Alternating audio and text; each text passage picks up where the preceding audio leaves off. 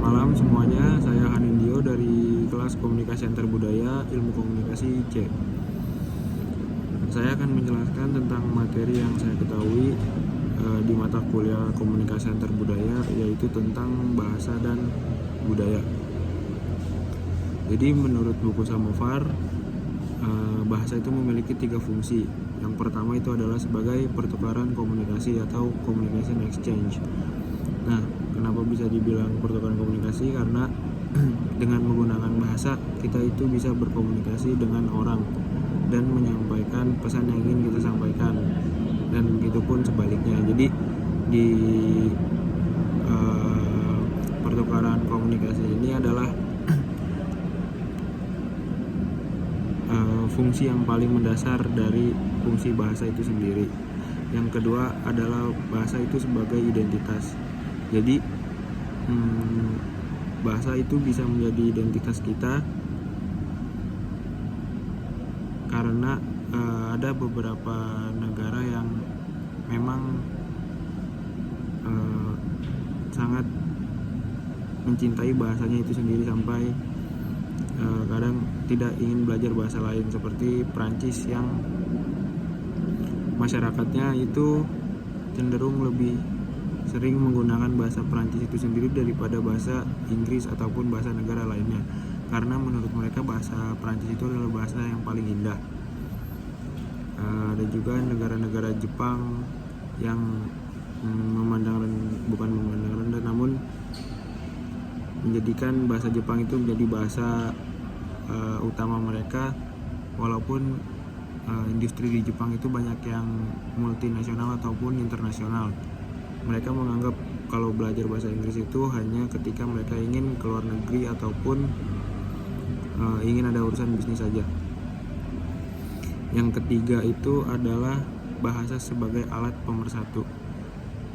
Jadi apa yang udah disebutkan di dalam teks Sumpah Pemuda itu, bahasa menjadi alat pemersatu karena bahasa persatuan bahasa Indonesia. Di informasi aja, karena Indonesia itu memiliki beragam, bahkan puluhan ribu jumlah bahasa daerah. Ketika kita tidak bisa menguasai masing-masing bahasa daerah, namun ketika kita ada kesempatan berkunjung ke suatu daerah tersebut, maka kita menggunakan bahasa Indonesia yang umum dilakukan di negara Indonesia, agar tujuannya kita itu mengerti pesan apa yang mau disampaikan, lalu kita juga bisa menyampaikan pesan apa yang mau kita sampaikan kepada orang. Lalu pertanyaan selanjutnya adalah, pernah nggak sih kita mengalami kendala dalam perbedaan budaya yang menjadi hambatan kita? Jawabannya adalah saya pernah mengalami kesulitan dalam memahami budaya-budaya orang lain, khususnya dari orang luar negeri. Jadi ketika itu adalah ketika saya ikut sebagai panitia dalam event Music Sphere World Tour 2023 Coldplay di Senayan.